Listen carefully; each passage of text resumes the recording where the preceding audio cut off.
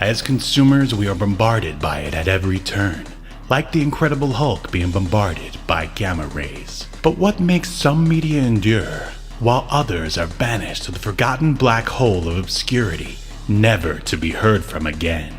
Who or what decides this? Hetero life mates Steve and Yahel want to know, and they want to know now. This is Obscurity Now.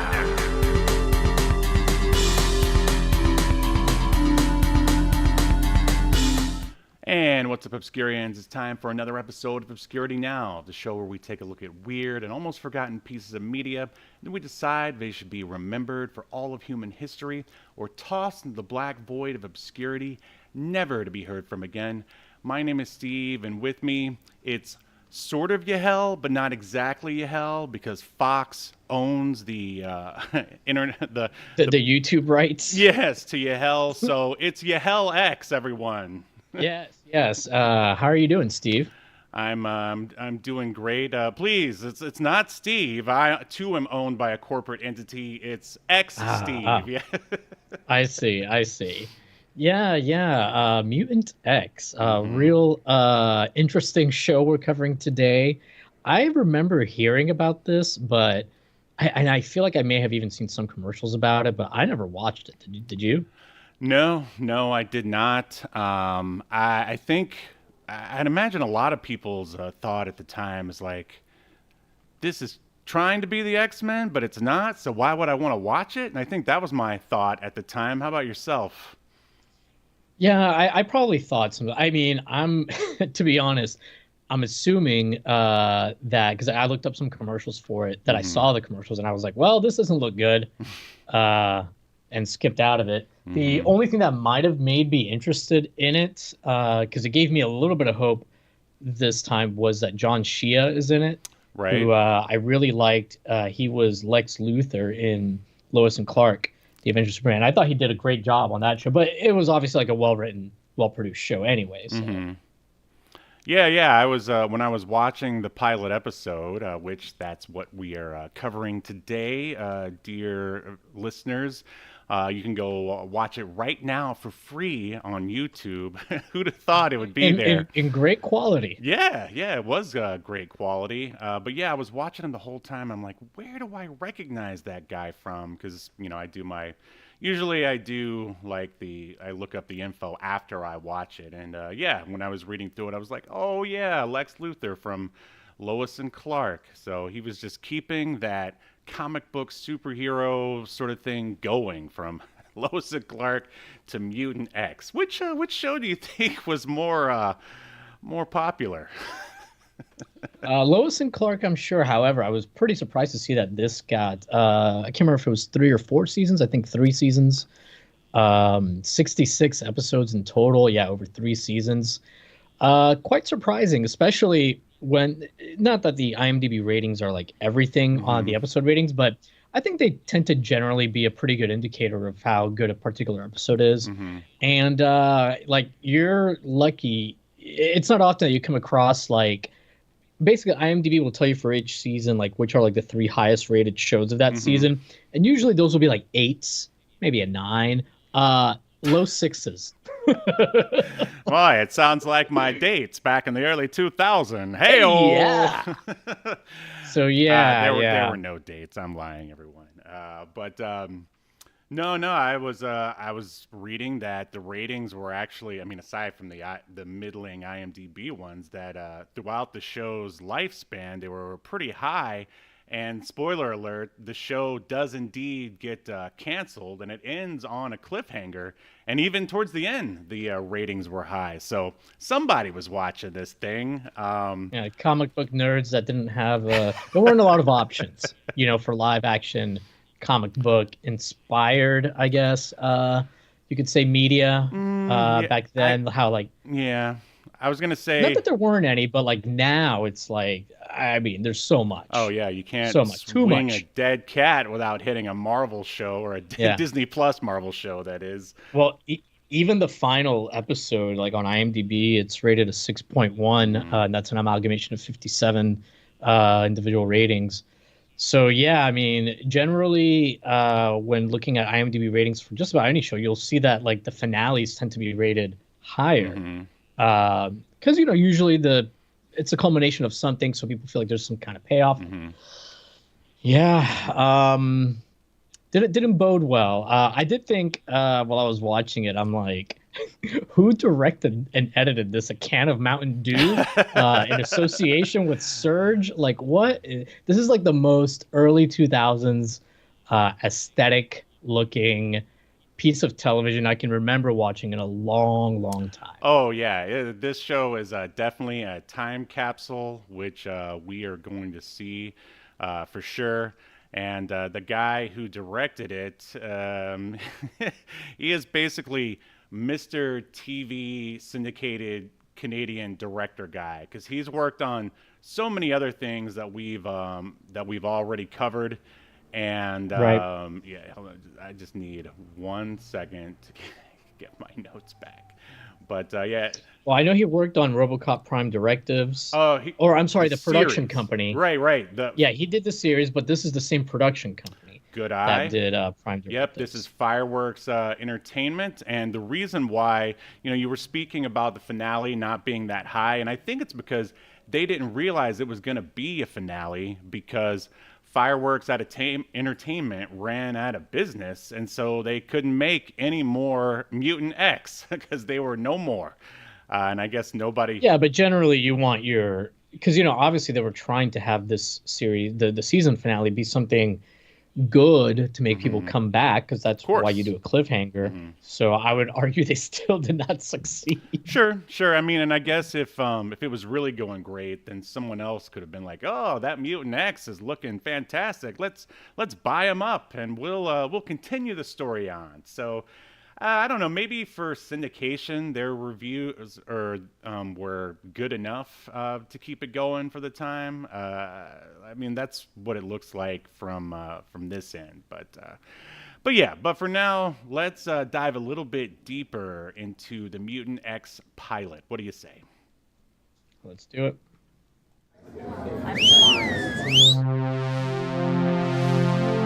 Welcome to your feature presentation.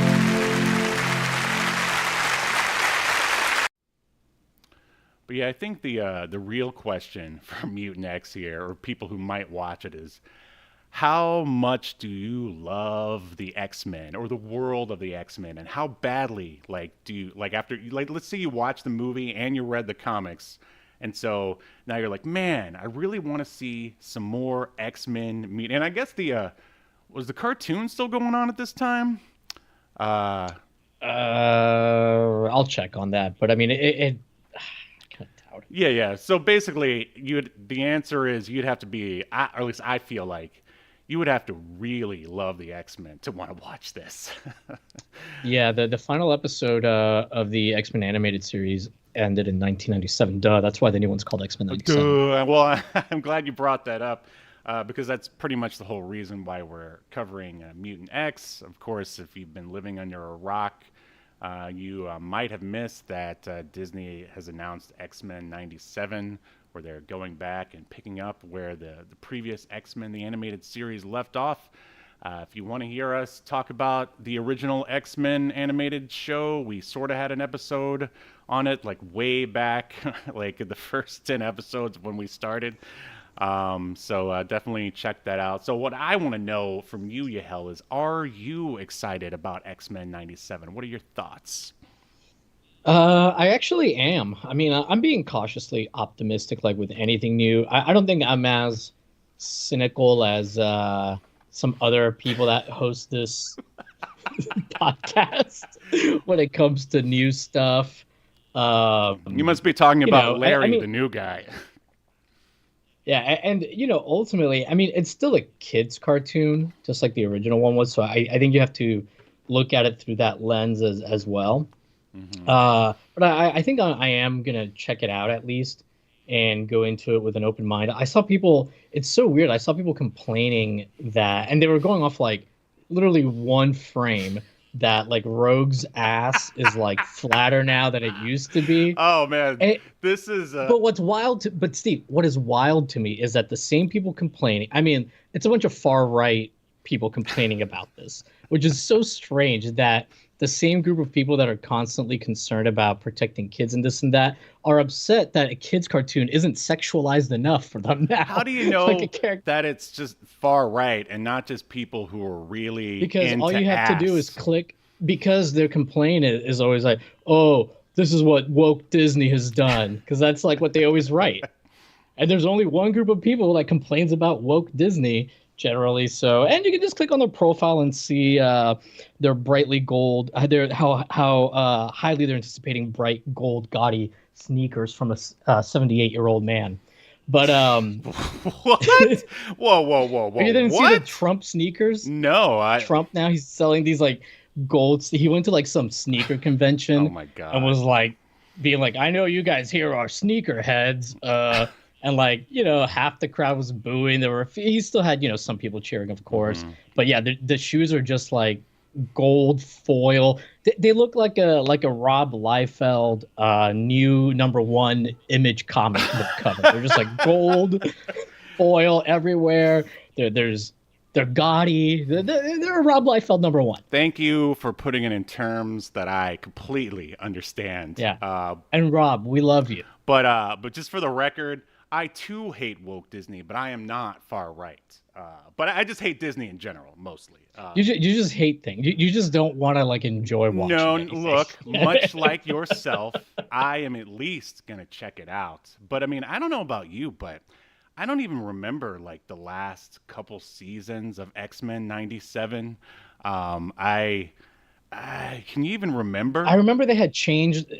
I'm gonna go back and rewatch it. I actually watched like the first few seasons of X-Men, the animated series, like 5 or 6 years ago. It like popped up on Prime, I think.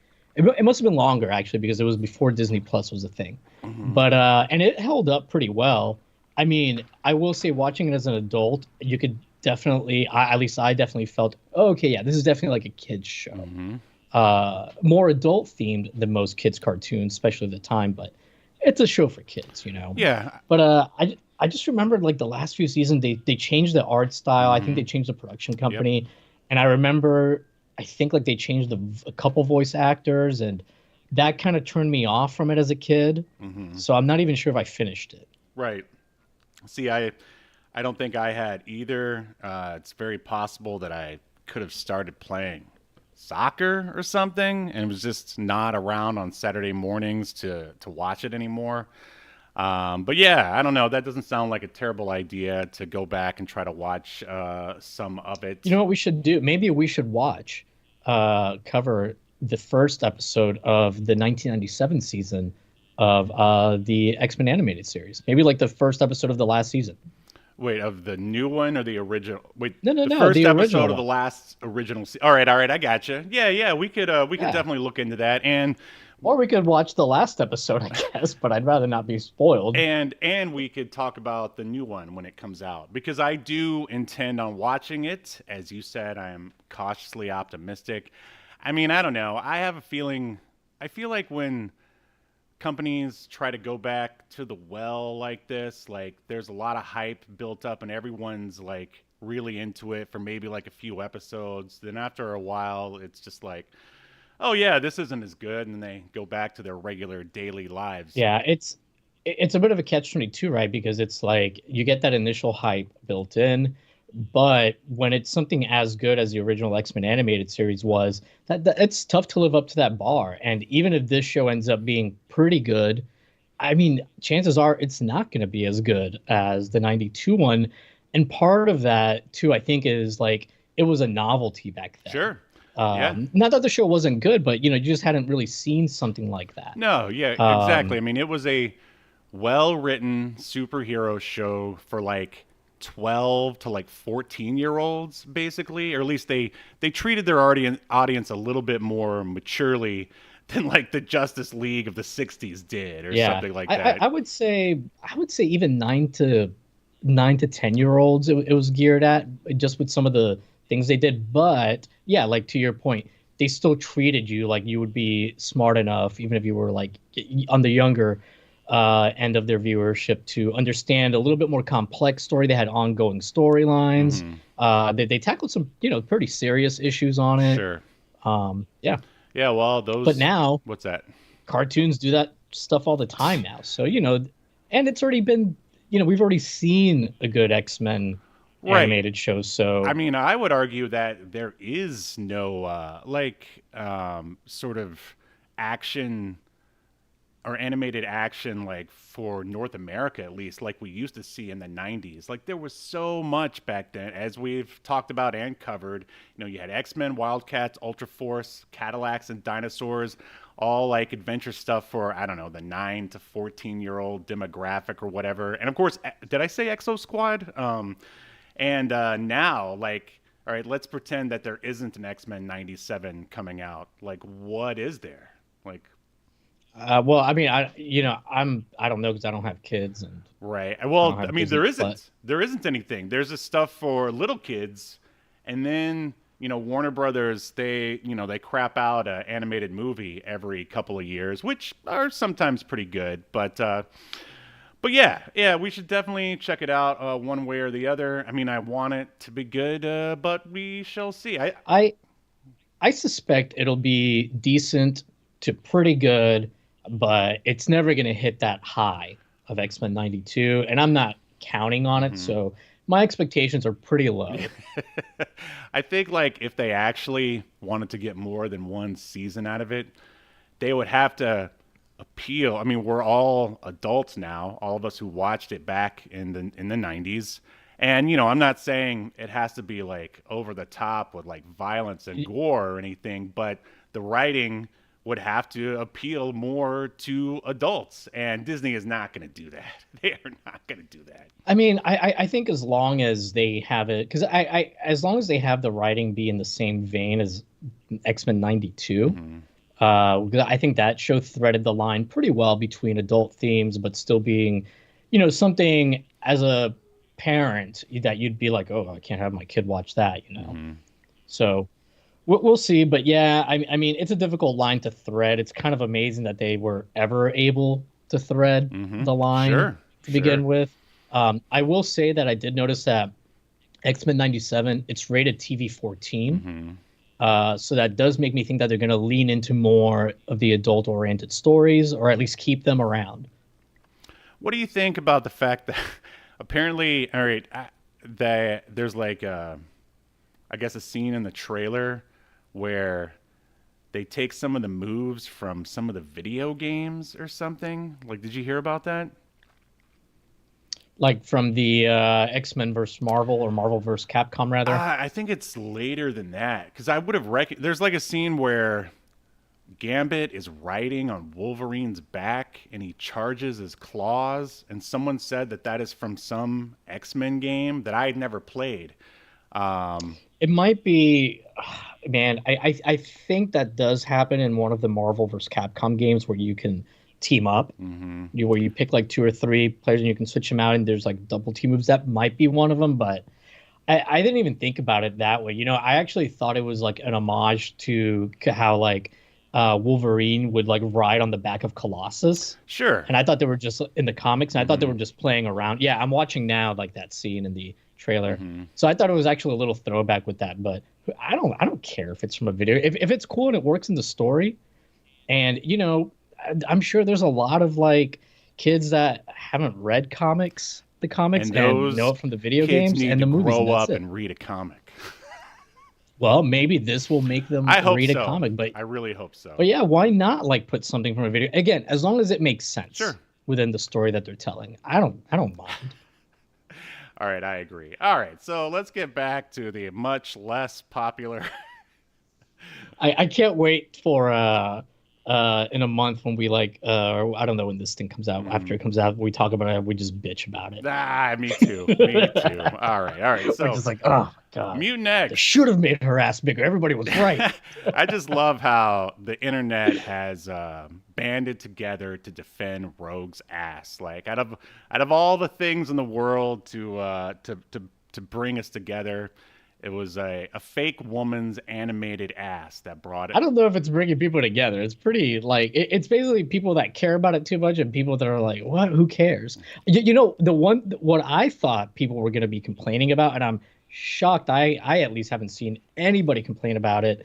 Is that they're using the same theme song, but they redid it. So it's not as guitar heavy. It's more like I don't know, some kind of synth, but it doesn't sound like synth. But it's more electronic. So I was sure that people were going to be like, "Oh, this song's not like as heavy as it used to be." But no, people just want the big ass for kids. Rogue's ass is more important than music, Yahel. Come on. And the thing is, like, Rogue's ass was not usually like it's like the one time her ass is like real bulbous in the animated series. It wasn't like that all the time. So it's bizarre or interesting. It's not like that. Like people were like, "Oh, they're trying to make her look like a man." I'm like, she has breast in X-Men '97. What are you talking about? And they're not trying to. And that, like, those people who are obsessed with animated Rogue's ass obviously never read any of the Jim Lee X-Men comic books, because everyone is just like, they're beyond tens. Like, everyone's asses and their proportions are just amazing. Like, you can't get better than like Jim Lee X-Men. Right, you're 100% right. Whether you're a man, a woman, an interplanetary being, Galactus, the Brood, you have a great ass. The Brood. Exactly. No, it's true. That's just that's how people look in Jim Lee's mind. It's just how it is. So, all right, man, we could talk about this. He just sees the best in all of us. Oh man, how much would it cost for him to do our like podcast artwork? Probably more than I have to afford. And I bet he. He seems like a kind of guy who has so much money now. The only way you can get him to do anything is if it interests him. Yeah. Well, maybe one day he'll find us. I mean, hey, I keep running into Rob Liefeld and all these like random Facebook groups. Like, why not Jim Lee? But yeah, speaking of Liefeld, he's sane. Yeah, probably. Yeah, he doesn't care what people say about him online. He's not unstable. Yeah, exactly. And speaking of Rob Liefeld, I don't know. I sort of have something to mention about him at the end, but actually, it really doesn't have anything to do with him. You know what? I'll just go ahead and announce it now. So I'm gonna go back to Kickstarter for issue 3 of Escape to Earth, and I've got a homage cover to. It's Incredible Hulk. I can't remember the number, but it's got Wolverine on the cover, and his claws are extended, and you can see the Hulk's reflection in his claws. Do you know that cover at all? Yes, I think I do. So yeah, that's basically what I'm doing. It's my character, but instead of the Hulk in the reflection, it's a dinosaur. It's going to look awesome. Oh, that's pretty cool. Yeah. That's pretty cool. Hopefully it'll get some sales, but we'll see. All right, speaking of sales, Mutant-X. Here we go. Ran from 2001 to 2004, 3 seasons, 66 episodes.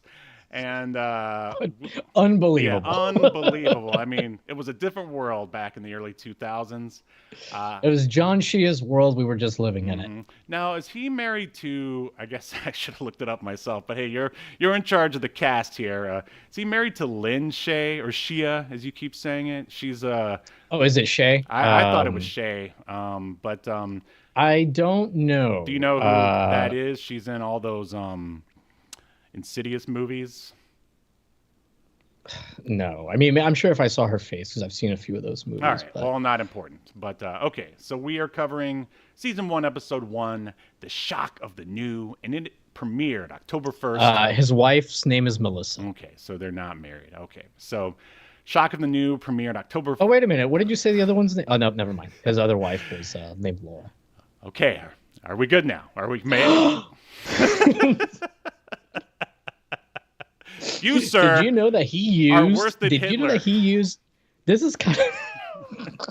So this is kind of interesting because I just bring this up because I mentioned Trump earlier, but apparently John Shea, I'm kind of diving into. Actually, I'll save this for when I go over the cast. Thank you. I'll save it for my segment, Steve, because I want my segment to get those high Mutant-X-esque ratings.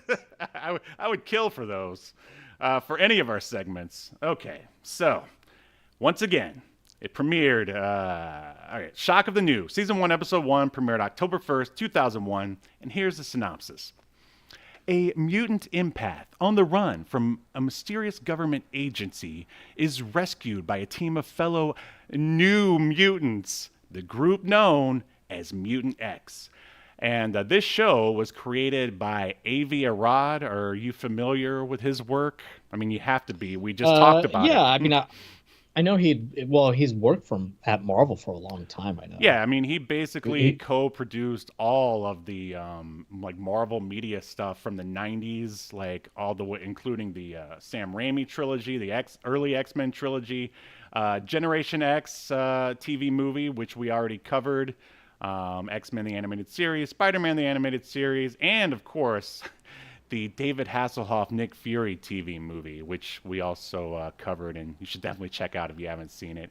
And I guess since Marvel has been bought out by Disney, he's somehow responsible for all the weird Sony Spider-Man crap that's been going on these days. A little bit of a step down there, but I'm sure that guy has more money than God himself. Yeah, so I suspect he does not care that people think. Well, I think that's a problem with a lot of these movies, is that nobody seems to care. But that's another podcast. Okay, this director, which we were briefly discussing, T.J. Scott, and he has directed Star Trek Discovery, episodes of Doom Patrol. Do you remember that Sam Raimi produced Cleopatra 2525? I think we have it on the list. Young Hercules, Xena, and the aforementioned RoboCop the series. And this was written by, and this was a little fun fact for me, Howard Chaykin. Are you familiar with Howard Chaykin? I can't say that I am. He's basically a comic book legend, writer and artist. He created the indie book American Flag, and he's worked for everyone. Apparently, he had something to do with the Star Wars posters, like a design of Luke on the original Star Wars posters. And but during the 90s here, he decided to step away from comics and into Hollywood, if you will. And he wrote 10 episodes of the John Wesley ship Flash, which we also covered, 15 episodes of your favorite car show, Viper, and 2 episodes of everyone's favorite UPN show, The Sentinel, which we also need to cover someday. I actually used to watch The Sentinel pretty regularly. Me too. I don't remember if it's actually any good or not, but right? I suspect watching it now, I'll be like, what? Oh, we're gonna cover that someday. Oh, he can hear from really far away? All right. Because he hung out in the jungle for a couple of months? Oh, yeah. Is that what it was? I don't even remember how he got his abilities. Yeah, he got left, or he might have been a mercenary or something. Somehow he got left in the jungle for a long time, and that enhanced all of his senses. I thought maybe it was a UPN crossover, and Sir Mix-a-Lot did experiments on him. Wow, that's a deep cut. I love it, and that's what the show's all about. All right, and of course, the production companies here are Marvel Studios, Fireworks Entertainment, who, as Yahel said, previously produced RoboCop Prime Directives, which we also covered. Now, do you know about the lawsuits between Fox and Marvel here because of Mutant-X? I do indeed. Did you want to discuss them? Oh, yes, please. Let's go ahead. Tell me what you know. Oh, well, I mean, I just know that, Fox basically sued these people because Fox, I guess they don't anymore, but they had the rights at the time to the X-Men for film and TV. Exclusive rights. Yep, that's right. And, they felt this was infringing on their rights to that. And basically, from what I remember, I think like Marvel countersued, and the compromise ended up being, okay, you guys can make this Mutant-X show, but it can't have anything to do with the X-Men, and the promotional material can't in any way infer that it does. Exactly right. They were originally going to have code names, but because of the lawsuit, that got nixed. They were going to have black costumes, even though I feel like they already do. I mean, I guess it's just regular clothes in this, but they're just a lot of black leather. Yeah, they went to the Matrix dressing rooms and just borrowed a couple of Matrix jackets or whatever. But yeah, they were gonna have black leather costumes, just like in the Bryan Singer X-Men movies. But the judge was like, "Nope, nope, you're not doing that." And yeah, so I guess they were. Oh, and I guess there was at one point there was some sort of logo that also had to be redesigned. But yeah, I guess they made the changes and they were Yeah, allowed to move on. because the way I remembered it was that when they initially started promoting the show, the X had a circle around it, Mm. or it was like just. That's how I remember it, but I mean, I may just be making that up. Yeah, I don't remember at all. But let's see. I think that will do it for that thing. Oh, I do have their original code names that were never used. Let's see. Well, no one's gonna know who we're even talking about, so I'll save that till Yeah. later. So, who were some of the thespians, or should I say, like former models, who acted in Mutant X? So yeah, there's a pretty big cast, so I'm only gonna kind of touch on the main ones. We've already kind of talked a little bit about John Shea or John Shea. Maybe it's John Shea. Who knows? Sure. Uh, but anyways, he plays Adam, which is basically Professor X, but without powers and with hair. Beautiful hair. Yeah. But we were kind of talking off air. I think it was off air about how he was in Lois and Clark: The New Adventures of Superman. He played Lex Luthor there. He's great in that as Lex Luthor. I loved him in that. And what I was going to mention earlier is that he used Donald Trump and Richard III as character studies to prepare himself for the role of Lex Luthor. Nice. Which I thought that was pretty interesting, and it makes sense. I wonder who he used to be Adam Kane here. I don't know. I don't know. Whoever it is, well, I don't know. You must not be very interested. Yeah, it's a little forgettable. Little. Yeah. Well, apparently he had also been up for the role of Harrison Ford, and he was got so far into the process, he was one of the last 3 people. Wait, up for the role of who? Indiana Jones. Oh, you said Harrison Ford, so I was really confused. Sorry. Yeah, he was going to play Harrison Ford as Indiana Hi, Jones. Harrison. I'm your stunt cock for making love to your wife or something. I don't know. But yeah, anyways, so he tested for the role of Indiana Jones for Steven Spielberg. And the only other 2 people that did was Tom Selleck and, of course, Harrison Ford. That's So Tom interesting. Selleck was almost Indiana Jones. That would have been funny. Yeah, anyways, John Shea has been in a bunch of shit. Lots of stuff. Some of it's noteworthy, some of it isn't. But I did see on his IMDb that he was in a show in 2015 called Agent X. And for a second, I was like, was there a spin-off to Mutant X? But no, it's completely unrelated. Just happens to have a similar name. Nice. Anyways, moving along, I'm going to go through everybody else pretty quickly because for the most part, even though some of these people have acted quite a bit, their careers are somehow still not notable. We have up first Forbes. It's because they're Canadian. March. They can't help it. Yes. Up first, we have Forbes March. That is a real name, or so I'm told. He plays Jesse Kilmartin, who's one of the mutants. His power is killing people with the name Martin, right? That's why he's. Yes. Yeah. Oh, I thought his power was modeling Abercrombie and Fitch clothing that at too. a moment's notice. Former model, yeah, turned guy who kills people named Martin. Got it. Okay. Yeah, he basically looks like an Abercrombie and Fitch model from like the early 2000s. He has been on a few things, but mostly he was on 208 episodes of One Life to Live. He hasn't acted since 2016. And before then, he hadn't acted since 2010, so I don't know. He's not very good in this. No.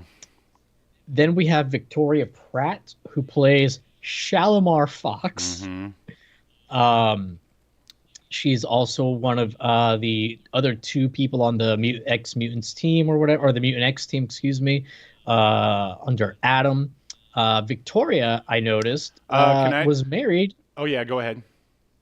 She was married to the director. Oh, wow. The plot thickens. And it does thicken. And just to throw it in there real quick, Shalimar's code name was going to be Synergy. Wait, I'm like, wait. No, I'm sorry. Shadow Fox. That's what it was. Shadow Fox. Yeah. Oh, yeah, those sound very similar. Yeah. I can see how you could. Anyway, she is still acting somehow. Most recently, she was in a movie called Among Wolves that came out last year. She was also in a series called Heartland, Hmm. which the most important thing about Heartland is that one Nana visitor from Star Trek Deep Space Nine is in it. That's Okay, sure. but yeah, she's actually been in a lot of stuff. Hmm. But she's not very good in this. No. All right. Is that Then our we have Lauren. Star Trek connection there? No, I mean the only real Star Trek connection is the director. And you don't want to Um, count him? no, because he's terrible. Okay, fair enough. We have Lauren Lee. But you know what's funny is while I was watching this, at times I was like, God, this feels like an episode of Star Trek Discovery with like some of the unnecessary like panning that they do at times, Mm. and some of the weird, oh, we're gonna do a weird Dutch angle here for the sake Oh, of doing a Dutch they were angle. And trying so hard to just like douse this with style so you don't realize how lame it is. yeah, and all they did was highlight how lame it is Right, right. instead. All right, very quickly, everybody else. Lauren Lee Smith. She plays the empath Emma, Rapport. who's kind of the Rapport was her code name. okay. That's like a weird thing to yell in battle. Shadow Fox. Rapport. Can you come over here and get this villain? And Jesse, the Abercrombie and Fitch density guy, he was Synergy. That was his name. Oh, Yeah. was maybe there was going to be a Gem and the Holograms tie-in. Yeah, right? That would have made this a lot better. I So for those that don't know, Synergy was the supercomputer AI in Gem. think And everyone Holograms. knows, unless you're like 12. Yeah. Well, she has also somehow kept acting. As recently as 2022, she was in a TV series called Departure. She was in several episodes there. She was also been in several other series that have had like dozens and dozens of episodes. I'm assuming they're Canadians series where they have less Right. They just expectation. no, they just go into a soundstage. It snows, so they're never able to leave, and they just sit there and film episode after episode until the snow melts. Yes. Then we've got Victor Webster, Brennan Mulray. He looks like he would be the one tan Abercrombie and Fitch model used that one year. Uh, he has also kept acting. Somehow he's not like Mm. terrible. He's not as bad as the other ones, but the dialogue is so bad and his acting isn't like good enough to overcome it. Fuse was Brennan's code name. Fuse. I mean, so his power is that he can shoot lightning from his It's hands. not. So, Is it's more than that. He can control electronics, can't he? well, no, he just says he shoots light. That's what he Yeah, describes it yeah, as, that he yeah. can shoot lightning from Okay. his hands. Now he does use it to like turn on a car. It's whatever So the I guess scene needs it to do. whatever voltage you need to get going, Right. he's got you. Right, right. He's got the hookup. Anyways, I don't know. He's still acting. It's fine. Then Is we've it? got Douglas Douglas O'Keefe. He plays Frank Thorne. He's like a bad guy with powers working for Henchman. Yep. the the corporation. What was it? What were they called? Genemax. Genomax. Thank you. He was in the Honey I Shrunk the Kids, the TV show, which I didn't know there was a Honey I Shrunk the Kids TV show. Did you? I did know. Huh. All right. Well, we might have to cover that one yeah, day. sounds fun. And the last, I'm sorry, we have two more people. Tom McCamus. Mhm. He plays like the main villain, named Mason Eckhart. Mason Eckhart. Mhm. His wig is so bad. It's, What like 80s like pop artist does he not, and by artist I mean like painter. Who does he remind you of? is he like Andy Warhol? Yeah, you nailed it. Yeah, Absolutely. he looks like Andy Warhol. Yeah. Yeah, I could see that. Again, I feel like this guy's not a bad actor. Right. It's just like the stuff isn't great, and he does lean a little bit into the camp of it. I feel like as much as they let him lean into, Right. because he's kind of like the only one that really seems to be like, hey, the only way this will be good is if we're campy. and then you have John Shea like trying his best Right. to like make it work, and because he is a good actor. Yes. So John Shea takes it way too seriously, and then this other guy is like trying so hard not to. The last person I want to mention is Cedric Smith. He plays Dr. Paul Breedlove. Mm-hmm. No, Paul Breedlove is not the name of a porn star. But the reason why I brought him up is because, interestingly enough, he played the voice of Charles Xavier, aka Professor X, in X-Men the Animated Series. Well done, sir. Yes, and he was also in Silk Stockings Jr. That's right, where all the characters had big asses. Yes, and he was Breed Love was his name there too for some reason. Yeah, but yeah, good. He was also in Heavy Metal. Nice. Yeah. Well, I'm glad you picked up on that fun fact for sure. And that is, that is the cast worth noting, or will be here forever. A lot of people in this. Right. All right. So we're gonna jump right into the show here. It starts off. It's quite the cinematic experience, Steve. If you don't believe me, just ask the director. Yeah. Like I said off air, this felt like it was directed by a can of Mountain Dew and edited by a can of Surge. Let's see. What would have been the hip like energy drink in the early 2000s? It'd probably just still be Red Bull, I'd say. But well, Surge came out like in '98, I think. You think so Surge was still around? Probably. Yeah. Okay. Yeah. We'll go with that. And Mountain Dew would have been there. This is like the. I think this is probably still during the extreme period, maybe the tail end of it. Oh wait, I got a T-shirt for you here. What's his name again? TJ Scott. It's like, I don't need to go to film school. I just need to drink my Surge. No fear. TJ Scott. and maybe a little bit of Coke. Yeah, exactly. So, okay. The show starts off with these weird, like, green, jaggy lines with, like, digital noise behind it. I don't know if that's supposed to be, like, the Matrix, the mutant Matrix or something, but... It's the most, like, early 2000s tech look aesthetic ever. Yeah, it's lame. Don't know why it's there, but I don't know. It's kind of funny at the same time. And right off the bat, the music, Steve. Oh yeah, your typical house techno that was very prominent throughout a lot of action movies and TV shows through like the mid 90s all the way to like 2010, I would say. But like the crappiest royalty-free version, Prodigy, this is not. Yeah, exactly. Prodigy, more like Alta Vista. You know what I'm saying? Because I meant the techno. Yeah, I know you did. Oh, okay. Wow, I didn't this died. Man, Alta Vista, that takes me back. I was an Alta Vista search engine man myself. I'm sure you were. All right, so we fade into aerial footage of a city at night. I wonder if it's Toronto. We never really find out exactly which city that it is, but yeah, as Yahel said, there's 90s style house or techno music playing in the background.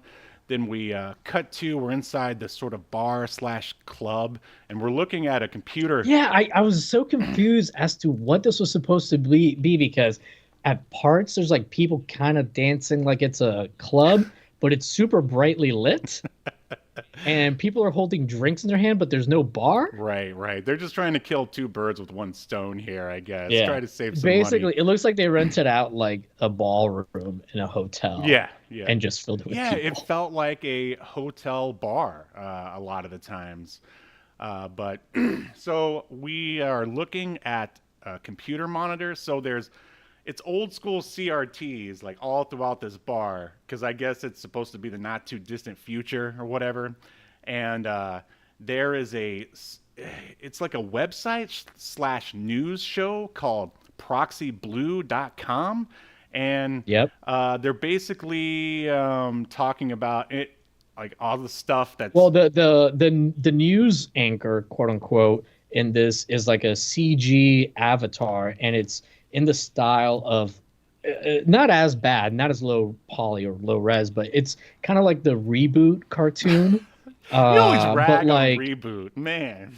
I mean, it was kind of reminiscent of it, just like a better version of it because it's like several years removed Yes. in terms of the technology. But yeah, I mean, and it's like the news bulletins being given are by this Badly thing. animated female avatar. Yeah, Yeah, exactly. I guess it's she's supposed to be extreme and in your face or something. I don't know. I don't know, but she's like talking about like weird things happening with humans, Hmm. like basically imply like these are just like news stories where it's like, oh, something happened where somebody seemed to have some strange ability. Yeah, she talks about a teenage girl who falls 6 stories from a building and walks away unscathed. And then she sort of ends her broadcast with saying, "It's getting weirder every day, but the truth is spoken here." So, again, I don't know what kind of weird news they have going on in this world, but that's what it is. And all throughout this, there's like a million camera cuts. There's weird panning. Sometimes there'll be like a green line that like wipes the screen. There's a weird Uh, green circle wipe as the show moves on. yeah, there's tons of weird wipes with like green and other Yeah, colors. There's a couple times where there's like a green filter for no reason inside of like a vault, like a bank, and it's like, why is I don't know. It, We'll it's get funny because this was during the time. I mean, obviously, this is post Matrix, and I just remember all the like the tutorials online at the time. It's like, how to get that Matrix like look in your like crappy mini DV videos, and it's just messing around with a little bit of the contrast and the colors and stuff, just to get that yeah.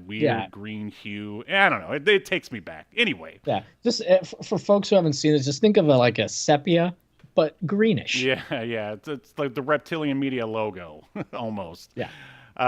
So okay. While this news broadcast is going on, there is a woman in red hurrying her way through the club/bar, pursued by men in suits. This woman is later revealed to be Emma. She then runs into one of our Abercrombie and Fitch models, Brennan, and they sort of have like this weird kind of telepathic link or something. She asks him for help. There's some cheese. Telepathically. Yeah, but he just sort of gives her a blank look, which there's a lot of blank looks in this show. Mm. Uh, and she sends him a telepathic vision of herself in black and white, screaming. How art school was that? Do you remember that? I don't know, man. Like this is so dumb, and it went on way too long. Yeah. There's a lot of stuff that goes on way too long here. I There's a lot of padding, is what it is. There's a lot of unnecessary slow motion. Sure. There's a lot of repeated shots. Hmm. There's a few times that like some shots like they'll show it to you, cut to something, then go back to the same shot but just reverse it. Hmm. Yeah, it's like this guy learned how to like direct on like early MTV shows. You remember they were always like doing the camera all over the place and stuff, but Yeah, it's yeah. all in an effort to try to be matrixy, I guess. So anyway, she just sort of escapes through a door, and then we get that circle wipe I was talking about, the green circle Hmm. wipe. And now she's out on the street, running from a car in the middle of the street, and they are definitely not on a studio backlot, that's for sure. Dude, I was like, this street is so pristine. You could eat off that street. You could like man, and when I was watching it, 'cause, I mean the show is cheap. It's pretty Hmm. obvious. Hmm. When they got to the street, I was like, oh, they either don't have the staff to clean up like the street because usually like you'll put like trash or whatever, maybe like put some fake graffiti on the something to make it look lived in. Hmm. But no, these are just like if imagine a video game with like fresh, clean 3D models, like nothing, no, not a speck of dust or dirt. Oh yeah, yeah. That pretty much that paints the perfect picture right there. So a different Abercrombie and Fitch model, this one being Jesse Kilmartin, he moves her out of the way of the oncoming SUV. Then he sort of like glows. He changes his density, which we find out later that's his power, and the SUV passes right through him. And then a blonde woman shows up, and this is Shalimar Fox. She slowly jumps down, like hovers down from off the top of a building on top of the Hmm. SUV. And obviously, Again, this is more Matrix stuff. We're gonna get to see some pretty lame wire foo. Like, remember when everything had to have wire foo? Remember that? Yeah, yeah. I think because this is like post Crouching Tiger, also, right? Yes. Oh, absolutely. Yeah, but the thing is, like, the wire work is like so Oh, bad. yeah, absolutely. And one thing I'll say, I think part of the reason why they hired these actors that aren't so great, like all the actors are very fit and athletic, Sure. and as best as I could tell, everybody does their own stunts in this. It does look that way. They do their own they do their own fighting, their own stunts, so I can appreciate that. However, you can also tell that like some of these people don't really have like fighting training, with maybe the 100%. with maybe the exception of the I forgot the character's name already, the darker Abercrombie & Fitch model. Yeah, his fighting scenes are better, like with his kicks and punches and stuff. But like everybody else, it's like in slow motion, even when it's not in slow motion. Oh, you're at. And there's a lot of slow motion in this fight scene. Like, dude, this fight scene, it's like 30 seconds worth of a fight scene stretched into like 3 minutes? Oh yeah, I hear in future episodes there's like they even have breakfast in slow motion. It's a real Garth Marenghi's Dark Place situation. It is. Oh man, you nailed it. All right, so the Shalimar Fox, she's on top of the SUV. The driver tries to come out. And then she kicks him in the face. Then they have a cheesy Matrix-style wire fu fight, which she wins by kicking the guy off the top of the SUV. Another henchman fires a gun at the woman in red, but Jesse from before stands in front of her and once again changes his density, and the bullets just bounce off of him. Take that, Superman! You're yesterday's news.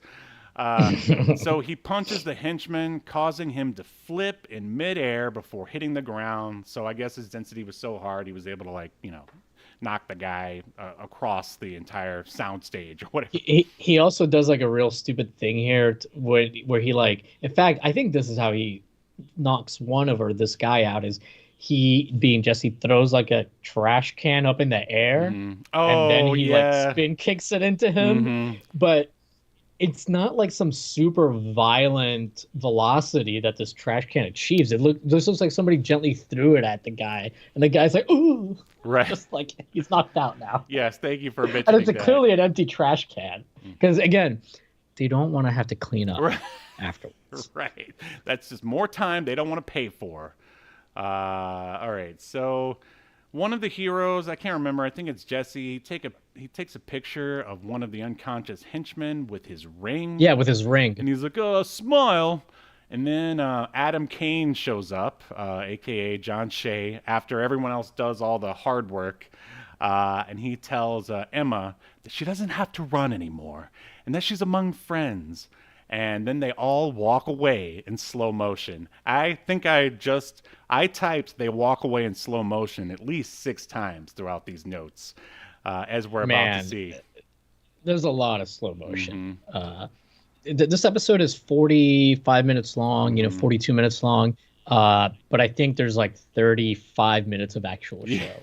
If you cut out the slow motion. I think you're being a little too Yeah, too I'm nice. not being sarcastic. Yeah, I'm saying you're being too nice. There's probably less than 35 minutes. But so now we cut to a CGI plane hovering over the city. And now we're inside that plane, and Emma asks Adam, who are you people?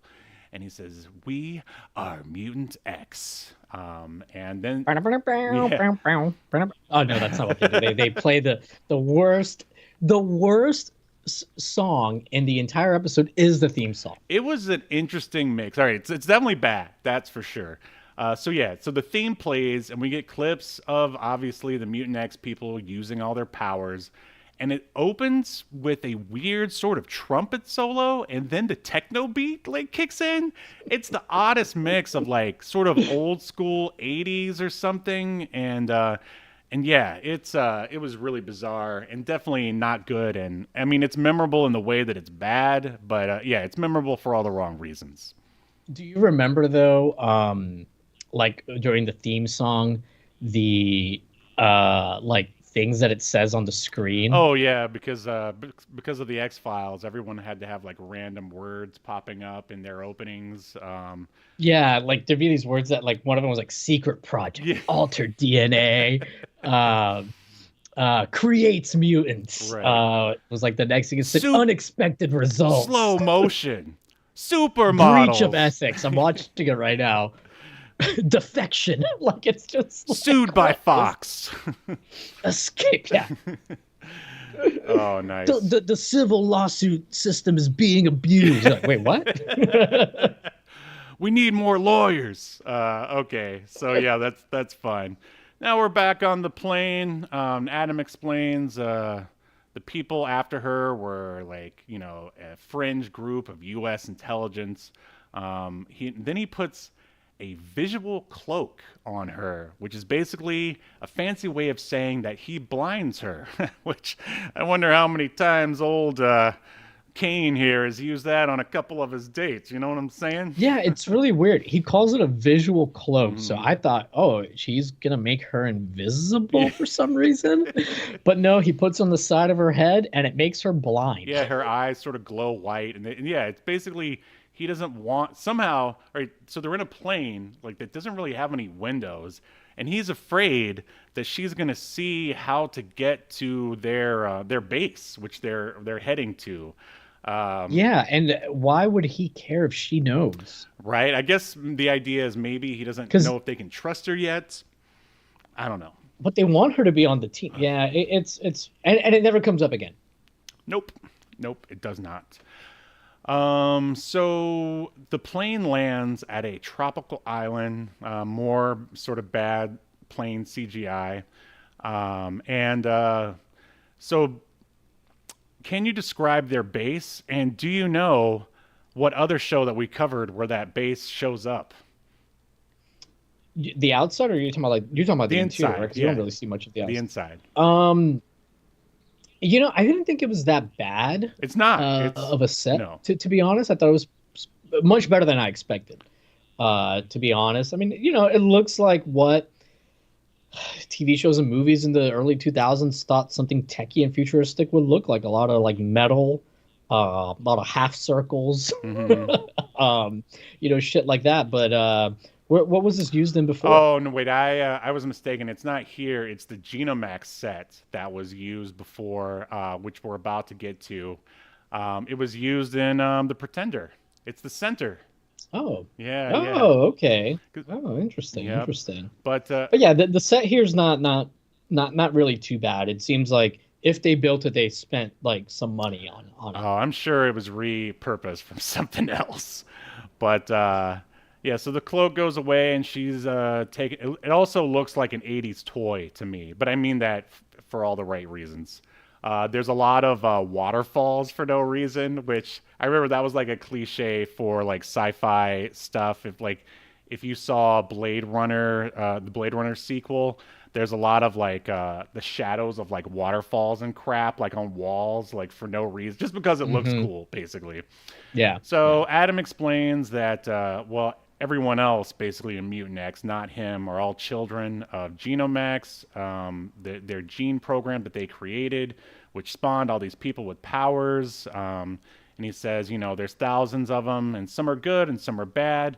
And Adam explains he was the chief biogeneticist of that sort of plan. And then we cut to Genomax, aka the Center. And inside we see a man with white hair pulling on a face, and that is Mason Eckhart. And he is telling Thorne, who is the head of security, aka the head henchman, that their men need to get better, because Thorne is then explaining to him why they failed to capture Emma, basically. Yeah, and this bad guy Mason, like the face he's putting on, like it looked to me like if you put like Elmer's glue on your hand and you let it dry off and you peel back the Elmer's glue, it's like that white, semi see-through, kind of opaque thing. So yeah, he's putting it on like a second type of skin, and we see that his hand is wearing like not like gloves. It's again like Elmer's glue-ish looking shit on his hands, and we find out that he's very vulnerable, I guess, to diseases because of experiments conducted by Genomax. Yeah, well, I mean, that's his cover. I mean, we all know that Mason Eckhart doesn't like to wear a condom, and he just. Well, no, but his whole body is basically enwrapped, encased in a condom. Yeah, well, it's too little, too late, Mason. I'm sorry. You should have double bagged it beforehand. Now look at you. You're a supervillain. But moving on. So we are back at the Mutant-X base, and Emma is now sitting in this sort of like dentist-like chair and only wearing a bra. Well, I mean, she's got pants on, but yeah, she's removed her shirt. But yeah, like why did they have to have her remove her shirt? Because it's a machine that scans, like, what was it, like, for anomalies due to the change in their DNA or whatever. He said the lasers had to calibrate her DNA, and then I actually typed blah, blah, blah science stuff here. But yeah, for some reason she had to only be wearing a bra for this scene. I guess Avi Arad, he called up and was like, we need to sex this show up or we're not going to get 3 seasons out of it. So yeah, there they go. They made her just wear a bra. And so she tells Adam she doesn't have any powers, but he scans her with the lasers, blah, blah, blah, and then he leaves. Then Shalimar Fox and Jesse enter. And do you remember what Jesse is wearing in this scene? No, I don't. He's wearing like a vest, like a Sunday vest, like you would wear to church, but it's sleeveless, and he's not wearing any sleeves underneath it. It's very Abercrombie and Fitch, like douchebag wear. I don't know who would wear it. I don't think I ever saw someone in the early 2000s wearing that in real life, but here you go. It's in Mutant-X. Anyway, Fox, she says something. Oh, yeah. She's like, oh, you got scanned by the DNA machine. It helped me get in touch with my powers. And then Emma once again says, I don't have any powers. I'm not freaks like you guys. And Jesse, he's a very... he gets offended. Yeah, he gets offended and his walks feelings away. Get hurt. And then Fox... Yeah, and this had one of my least favorite tropes in, like, superhero live action media in particular, which is, like, calling one of the people with powers a freak. Mm-hmm. Like, that's so overdone. Right. I mean, and it's especially prevalent in X-Men stuff, for sure. So Fox sort of glows her eyes at Emma, and then she also leaves. And now we are back at the bar, and Brennan is there, the guy who was in the cold open, and he is meeting with 2 dudes, and they're all wearing leather jackets, and it's clear they're all sort of friends. And then we cut back to the bad guys, and Mason is talking to Dr. Breedlove, who is the head of what did I say the name of that thing was again? Genomax, that's what it is, yeah. Yes. And basically he tells Mason that, he's too hard on Adam. He shouldn't blame him for ruining his immune system. Because, again, they had a 3-way. No one wore any protection. And, it just happened. Things happen. Yeah, exactly. So Breedlove says that he's reconstructed the database that Adam Kane took with him when he left. And he did that so they can right all the wrongs of Genomax, basically. But, it's clear that Eckhart does not feel that way. And now we're in a hallway. Mason says he's talking to Thorne. He says he should have killed Adam when he had the chance. And now we're back with the Mutant-X. Adam and Fox are at a loss, talking about Emma. They're like, oh, we tried everything. And then they're like, oh, well, we're just going to have to get her out of town. Cut 2, we are on the roof of a parking lot, and we pan around Brennan.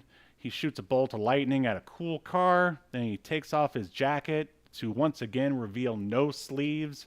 Everyone in this world... They love leather, but they hate sleeves, Yahel. They hate sleeves. They hate sleeves. Well, they gotta have some kind of breathability somewhere in their clothing, and it's certainly not for us to see that this dude is jacked. Right, exactly. So then he gets in the car, and he drives it around. And it's weird because it looks like he drives right back to the place where he drove away from, but he shows up at a different parking lot on a different roof where his boys from before in the bar are waiting for him.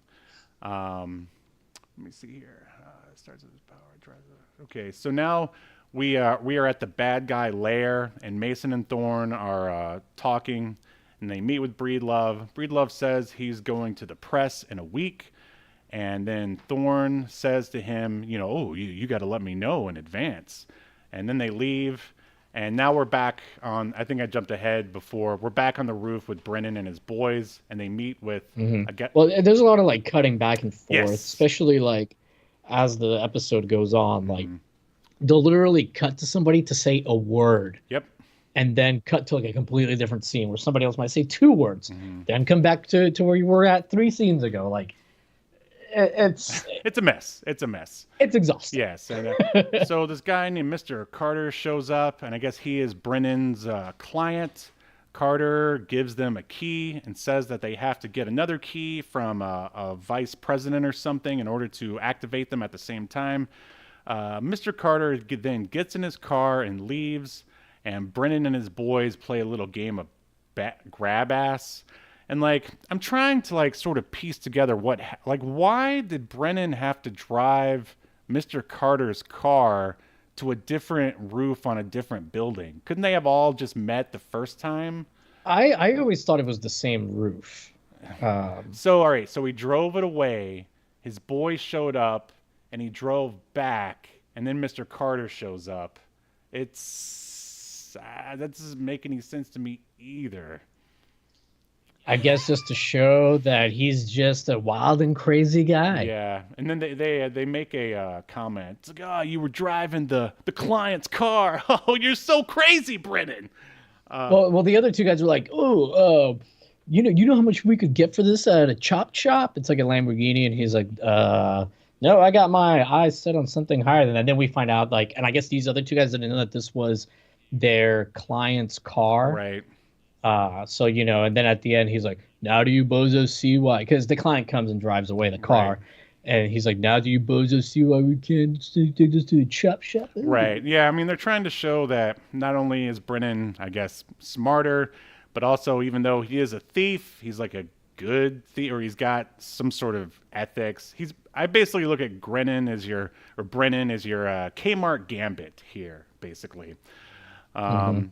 So now we are with Emma and Adam. They enter a bookstore, and there's a guy there named Ruby who runs the bookstore, and he senses their arrival because he's a telepath or whatever. He also dresses like... I guess we're not allowed to say that word on YouTube, but yeah, I get the sense that Ruby hangs around the kids section at the bookstore. You know what I'm saying? Yes. I can definitely see that. All right, I'm glad I'm not the only one. So Adam leads Emma to the back of the bookstore where he pulls a book, and like literally the bookcase swings. And he goes back, and it's like a safe house where 2 other mutants, Allison and Vince, are hanging out. They're basically using their powers to work on something in the back there. Vince is messing with wires, and this Allison lady is using a blowtorch to do something. Adam says it's a mutant safe house. They're going to get her a new identity to get her out of town. Now anything else to add about that scene? No. Other than, is this where we had like seen the oh yeah, because the guy at the library or the bookstore Ruby, or whatever, yeah, he's such a weird. He makes very strange acting choices. Like I at first I thought he was supposed to be blind. Yeah. Right. Doesn't he play it like he's blind, but then he's not blind? Yeah. It's it would have been better if he'd have been blind. Yeah. Yeah, I mean, I think it's fine either way. It was just confusing the way it was handled, but no, I did think it was dumb that the one girl that they meet at this safe house or whatever, like that's like, she's like, I don't know what the hell she's doing. She's like fixing a pipe Right. with like a blowtorch, and rather than just use her hand to use the blowtorch, which would be way easier, she like very awkwardly uses her mind powers to Telekinesis. make it Yeah. levitate, and it's like very awkwardly levitating. It's like Yeah. Well, you got to get those mutant powers in there any way you can, I guess. I do want to say though, the girl with the levitation powers, the Allison. character's name is Allison, played by Ingrid Hart. I did think she was one of the better actors besides John Shea in She this. was good, but it was sad that a lot of her, whenever she had to communicate with Emma, a lot of her sentences had to start with girl because, Yeah, it was a lot of that. yeah. Yeah, well, because she's like the one like, The, black actor, and God, so yeah. they had I'm to. glad you mentioned that. Like, the cast is so bland just because they're Yeah. all like too perfect, all too modelly looking. And I mean, I don't want to say They pretty much they all are just like good looking white model types, yes. with the exception of the main villain Mhm. and the 70-year-old man. Yeah, right. Yeah, they needed a little more. I mean, even if they were going to have them be all white, like, couldn't someone have a scar or something? They, usually they, Something to give him a little bit of character. yeah, yes, please. Any kind of Yeah, character. because it much like the street that is shown, the alley that is shown early on, everyone is pristine. Right. There's nothing like interesting about them. Honestly, even Allison, the black actress that does the levitating and stuff. I mean, she's a very attractive, Absolutely. model-esque lady too. It just happens to be that she can act. Everyone's 2% body fat. Yeah. Yeah. So, Hey, at least Ingrid has a little bit of acting talent. sure. So Absolutely. So now we're back at Mutant-X HQ. Fox and Jesse have fabricated an ID for Emma. Now we're back at Genomax. Breedwell types on a typewriter, and at first I was like, and he's got like a computer just on the other a computer side. right behind him. But the whole reason why they did that is so they can do this. All right, so he's typing up his letter to the press, apologizing for the DNA manipulation, which is the most uncorporate thing you could possibly do. But for the sake of the story, like, we'll go with it. Mason then basically comes in and takes the letter. He prints it out. It's on actual paper and says that he disagrees. Thorne uses his telekinesis to take Breedwell's cell phone away, and then who came up with this? Okay, so for some reason in Breedwell's office, there is an old school vinyl playing jukebox just sitting there in his office, and he uses the records. He with his telekinesis, he levitates the records. Right, they float in the air. Yeah, he makes them float in the air, and we just see them go off frame towards Breedwell, and you hear him scream. So he kills But the thing, Breedwell with vinyl. yeah, the thing that killed me though is so like one record goes up in the air, two records go up in the air, then they just spin forever. Cut to Breedwell, cut to the records, cut to Breedwell, cut to the records. Then another shot of more records coming up. Like this, it takes like almost a minute before these records actually like fly into him. And then, Steve, do you remember though the shot of Breedwell's body, his bloody body covered with pierced by the records? Not very well. You don't remember it because it doesn't exist. Right, They yeah. never show him dead. Yeah. They just like look down and point and be up. He's dead. Too bad he had to die over there out of camera view. Well, I would say even for a syndicated show in the early 2000s, I mean, well, first off, it would look ridiculous to have a man, killed by vinyl, but that would probably be a little much for a syndicated show in the early 2000s. It could have, I don't know. You could have had like a record like in his head or something in his like He forehead. probably could have gotten away with that. But yeah, they didn't want to spend the money, so that's why the scene wasn't there. So now we cut to, oh wait, I forgot. I have to add my favorite line here. So yeah, he's dead. Mason takes the database. He burns the letter, which was the whole reason why it was typed out to begin with. And then they walk away in slow motion. Thank you. That's going on a t-shirt. Yeah. So Does the building explode or catch on fire? It doesn't, right? No. Okay. So Sorry, I just when I was watching it, that's what I thought was gonna happen. no, they can't. I mean, they would kill their base, the Genomax base. So yeah, Yeah, I know, but you wanted it to happen. I knew that wouldn't make sense, but it wouldn't put it past them to do something that didn't make sense because they had already done that. And then so. cut back, and then Eckhart's just like, well, we've just finished the construction on the new Genomax. Like, Well, and then what's weird later on when like Mason Eckhart is like, addressing like the employees, he's like, oh, one of our own disgruntled, mutants broke in and killed him. It's like, it seems like these powers are pretty specific. yeah. Is it really that hard to figure out? Would it be that hard to like at the very least narrow down? Yeah, right. Well, who it could be? it's his cover story for basically starting up this. Yeah. He basically starts up the Wildcats for Genomax. It just seems like killing him in like a way that requires powers Right. for the death was stupid. Yeah, they could have just easily makes him look dumb as a villain. Yeah, shot him or strangled him, but this is make it Mutant-X, look like baby. make it look like he killed himself. Yeah. Hang him. Yeah, I mean, all right, if you have telekinesis, you could, in theory, like, I mean, all right, so Breedwell was an older man. I'm sure you could easily just like mess with the heart and make him have a heart attack. Like, but I think we're or thinking... throw him down the stairs, make him like, yes. I don't know, whatever. Yeah, we're doing too good of a job here writing a Mutant-X episode. Maybe his power only lets him move things that aren't alive. Yeah, he can only move things from like the 80s, like like vinyl. Oh, maybe that's what it is. He can only move something if a hipster would own it. It's a very specific power. Oh man, that would have been funny if Thorne was a hipster instead of just a very blank. Yeah, if you've got a handlebar mustache, you are in danger. All right, so now we're in a bank. Brennan and his boys infiltrate the bank. Everything is green for no reason other than because the Matrix this is like did the it. green sepia style. I mean, I know sepia's like brown or whatever, but Right. yeah, it's like this green filter over it, and oh my god! So as they're breaking into this vault, one of the goons, I think they're all wearing trench coats except for the Abercrombie all guy. leather coats. Yep, dual wielding guns. But he jumps up on a counter. He's got two guns, and he keeps spinning around like a ballerina. It was so lame. Oh man, And they use they show him spinning like I don't know, like what 5 or 6 different shots. Too many times. 5 or 6 times. I think it's only 2 shots, and I know one time they definitely reverse it.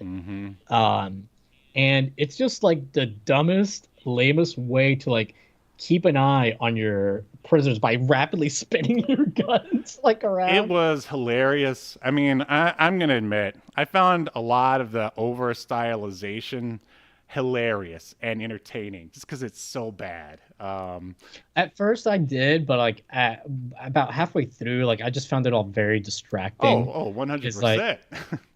And I think part of the problem is like I said earlier, there'd be like a scene, they'd cut to, when the 2 girls are outside or whatever, cut to them. The one girl says a word, green white. Cut to something else, green white. Then John Shea, Adam, he turns around in reaction to something somebody else said, another wipe. There'd be like 5 cuts in like 3 seconds. Oh yeah, I mean, And this it's is just like, basically, I mean, in addition to the Matrix style, this is like a Michael Bay style of like shooting where like nothing is really happening, but for some reason there's like 6 shots of someone turning around to look at something just because he can't settle on one shot. Like it's it's bad. It's so bad that it's laughable, but it's also very irritating. It's almost like if Hype Williams directed a. Remember Hype Williams? Didn't he? Hype Williams directed he did all those like Puff Daddy videos, right? He did direct a movie. Oh, all right, we'll have to. Belly. Yeah, right. It's supposed to be just pure excess and like no real plot or anything. Kind of like this. And yeah, so as Yahel was saying, there's leather coats, dual wielding of guns, spinning around, green tent, and all of this over incredibly lame techno/house music. So, and then now we're back at Mutant HQ. Fox gives Emma her new ID. Allison says she understands why Emma doesn't want to join Mutant-X. Because not every mutant is a hero, Yahel. And you can see the gears turning in Emma's brain because, Emma's like, I'm a hero. Yeah. Yeah, exactly. And don't you love how gosh, man, every X-Men movie or every, I guess, sort of mutant superhero thing around this time period, it always has to start out with the recruiting of a new like mutant or person or whatever. It happened Right. in X-Men the animated series. It happened in X-Men the movie. It happened in Ultra Force. And it happened in Wildcats, and now it's happening here on Mutant-X. It's like, I mean, I get why, sure, because now there's somebody you have to explain everything to, right. which in turn explains it to the audience. So in a way, I don't mind, even though it is overused a lot, because it's a way to show and tell at the same Sure. time. Stuff that otherwise would just turn into like telling, Right, you know. right. But yeah, it is definitely a trope that's used a lot. Yeah, for sure. I mean, but One thing I did appreciate, at least I appreciate at the beginning of this journey, is that like, you know, very early on, like you said, when the show starts, you know, the first thing is in that bar slash club slash ballroom, whatever it is, and then the next scene they're outside, and boom, there's already people using their powers. So we didn't have to like have all this thing where it's like a bunch of people having to discover their powers and this and that. So I was at least happy that, okay, we don't have to go through all that. yeah, the special effects and the amount of Okay. times that it gets used. I mean, it's at least better than how it was used in Generation X, when they hardly ever Yeah. used their powers at Yeah. all, and when they did use it, it looked absolutely terrible. The flip side is that the special effects do look pretty bad most of the times their powers are used. Yes, it's true. Like the density changes look really bad. And the lightning, there's a couple times it looks okay, but it mostly looks like pretty bad.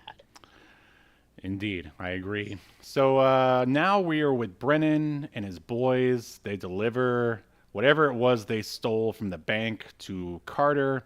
And then basically Brennan tells his boys that he gets more money because he's got the powers or whatever.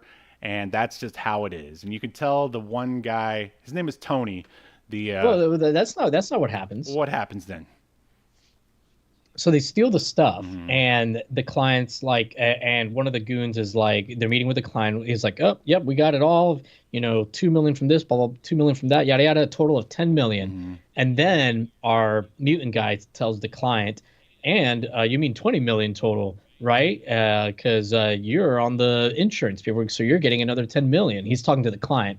And then the client's like, oh, that's right, kid. You guys better keep an eye on this one. He's smart, you know.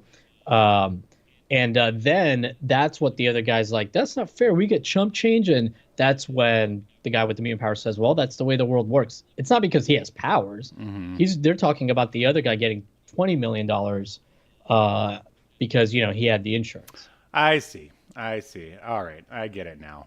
How dare you miss this importantly well-written piece of... Well, hey, Howard Chaykin, he, despite Mutant-X, he is a legend in the comic book industry. But anyway, basically, yeah, but what's his face? Sorry to cut you off, Steve, but to your point though, the goon that you know, has all this stuff explained to him is kind of mad at the mutant guy's power, like the way he says it. You can tell he's annoyed with it. And that's why, you know, he does end up betraying him, which is what you were about to get to. Yes, yeah. So Tony, the ginger, like boy of Brennan, he gets mad about not getting more money, and so we're back in that same bar. There's only one bar in the entire Mutant-X world, and it's this one. And he gets on that at the aforementioned like newscast website thing. And basically, because they're asking about... Which I guess can also... There's a webcam on this thing somehow. And because he's like talking to the news now directly. I don't know. Exactly. And he's like, oh, you want stories about people with powers, right? And it's like, well, I'm going to tell you one about this guy named Brennan. And then we cut away to Genomax. Mason is addressing, like, via, again, computer monitor, CRT computer monitor. He's addressing all of the Genomax employees. He tells them all Breedwell was murdered, as Yahel said before, by just like, I don't know, a disgruntled mutant or something, and he's creating a genetic security agency to handle all the mutants. And then Thorn. And he also says that the murder shows like that they need to be even more secretive. Right. So kind of does the opposite of what the guy that they killed wanted to do. And he also starts off by saying, I'm increasing all the department's budgets effective immediately. Like, okay. This is all very, very Disney. This is how they would handle it for sure. But all the employees clap at the end of it. Of course. So they're all happy about it. Same. That's how it would go at Disney as well. So Thorn turns on a monitor for Mason, and it's Brennan's boy ratting him out. Thorn is basically like, hey, we got a lead on another mutant here. Check this out. And then camera pans over to a Genomax testing lab, and they basically just show us more of what's going on inside of Genomax. And I mean, it's an impressive base for sure. It's a good thing they didn't dismantle it after the Pretender. Well, and there is a cool shot here. I to give the director credit, where they're like the camera is like basically just like panning backwards the whole time, going through like a tube kind of a thing.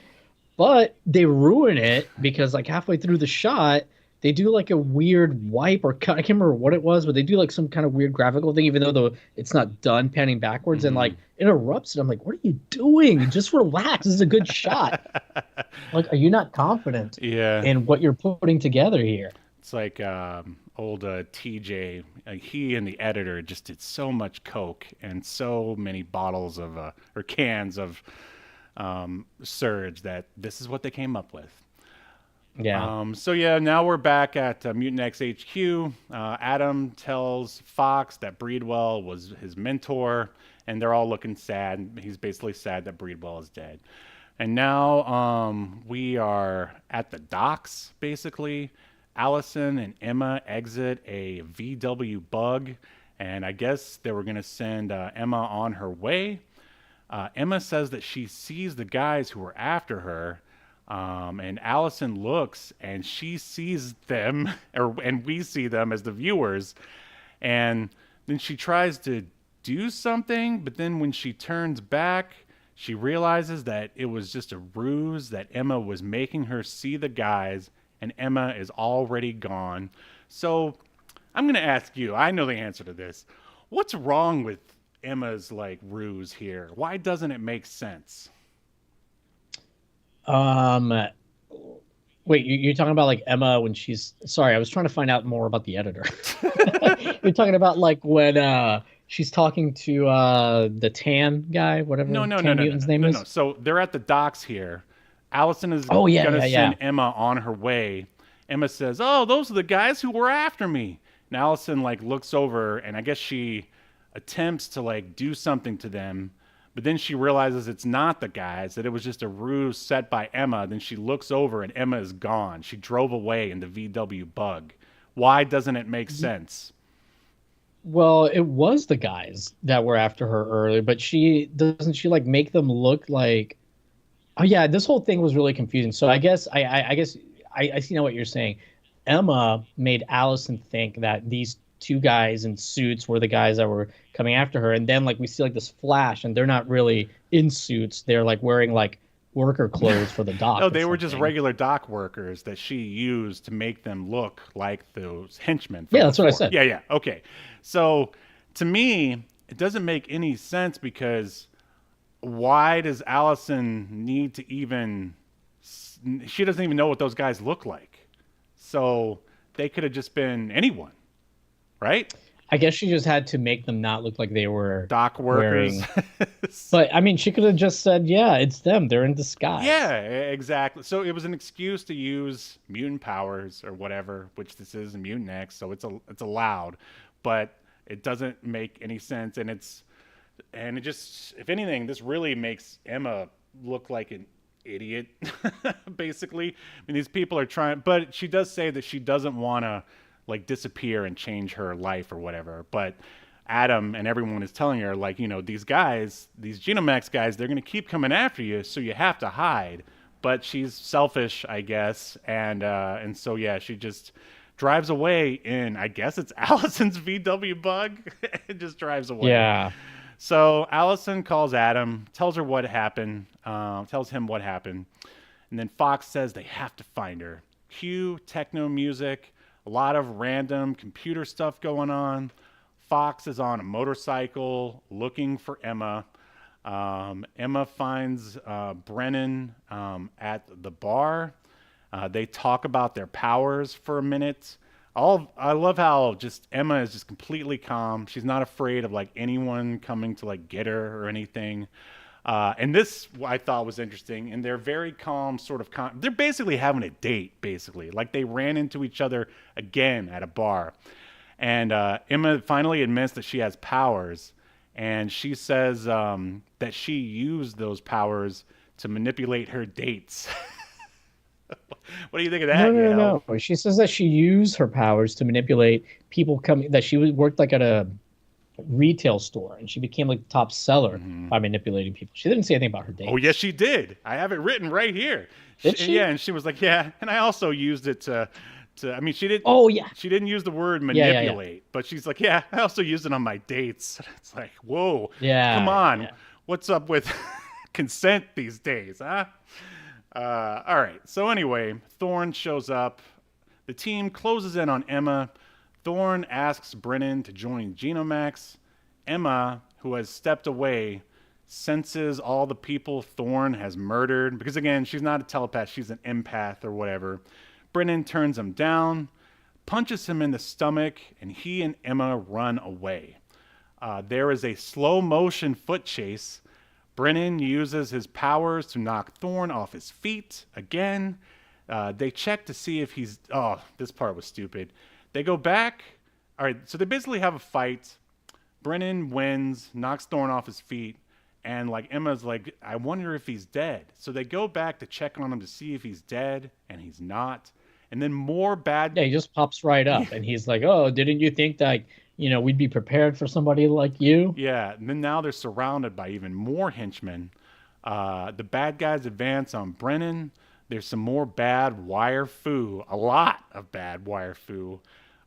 Fox shows up, and again, she descends from like a ceiling. Like, what? Is that like her thing? I guess she has to do it. It's in her contract. She has to descend from somewhere. Yeah. It looks like it doesn't seem like she can fly. She can just like kind of float. Yeah, I mean, the idea for her is that she's got like cat powers, basically. She's basically like a Tigra, if you will. But obviously she doesn't look like Tigra.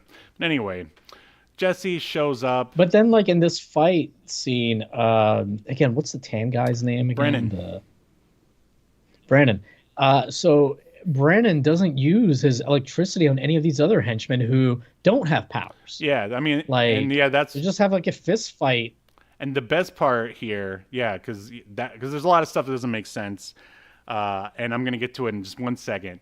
Jesse shows up. He uses his powers. Thorne finally decides to use his powers, because, like, why didn't he use it at the beginning? He levitates some sort of, like, shock device. I think it's the shock stick the Mountie used to use. and then Thorne decides, so he throws the shock stick at Brennan, and then he pulls a gun. It's like, so he waited. This is just like in RoboCop the series, or the animated series, the first one, when RoboCop tries to fight the bad guys at the end, and finally he decides to pull his gun, and that solves all the problems. So Adam shows up, and then the bad guys retreat, and then that is basically there's sort of like they talk a little bit, a standoff between the good guys and bad guys. Yeah, but then Adam shows up. Yeah, and then the bad guys retreat, like for no reason. And they take Brennan with them and Adam's like, oh, that's fine, let him take him, and this isn't over. We'll get him some other time. If you're Brennan, you're like, what the fuck? This is almost like when the wrestlers go into the ring and then the other wrestlers leave, and they're walking like, back towards the Titantron, but for some reason the other wrestlers are stuck inside the ring and they can't get out to chase them. Right. So And they're like pretty evenly matched at this point, numbers wise. yeah. You know, it's about the same number of people on each side, except one side has people full of powers. Right. And then one guy decided to pull a gun, which I guess is still means something in this world full of people. Guns solve everything, Guns, Steve. guns, guns. That's right, baby.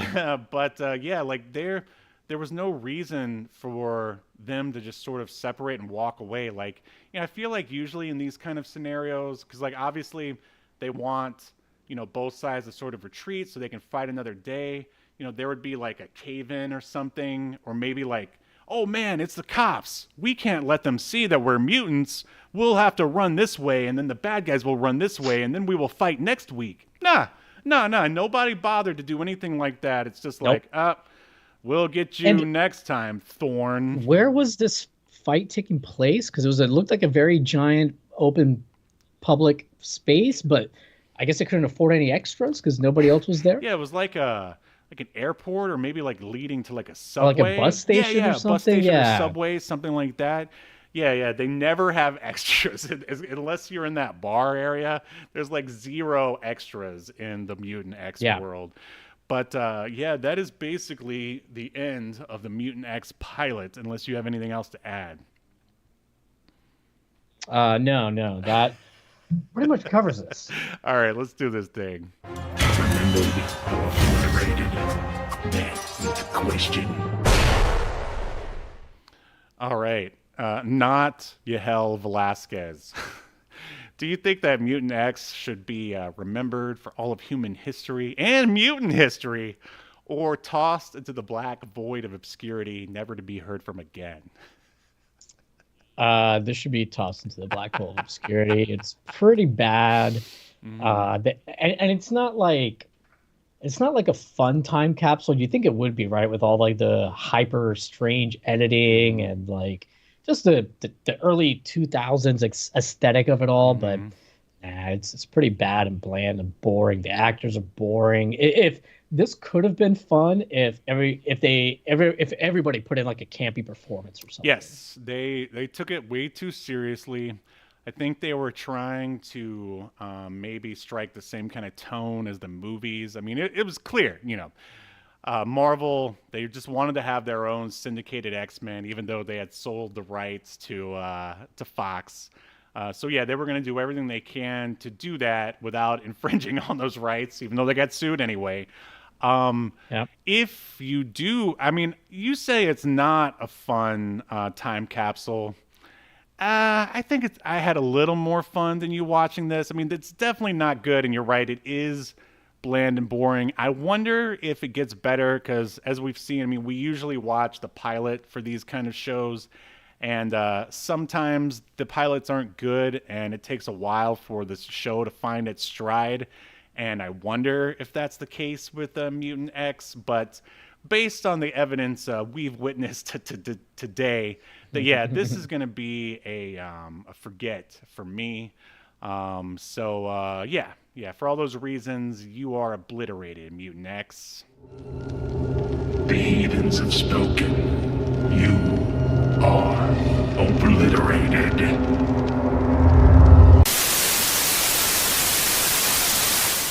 All right, but hey, let us know if you think differently and why in the comments below. Yeah, that is pretty much it for Mutant-X. Did you have something else you wanted to add there?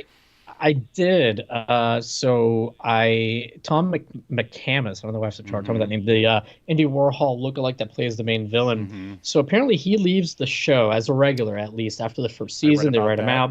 He does come back from time to time, but the reason why he was written off is that he originally is a theater actor. And that's what he likes doing, and he didn't feel like he was getting to show off his talents enough on the show. And it kind of explains too, I think, like some of his delivery. It's very theatrical, but maybe John Shea got in his head, because he said that after he left the show, he went back to the theater and he went to immediately perform in Richard III. That's so crazy. I mean, I get it, but I mean, I would never turn down a TV show for Yeah, make a bunch of money first and then go back Yeah, to the well, theater. maybe he felt like he'd made enough at that point.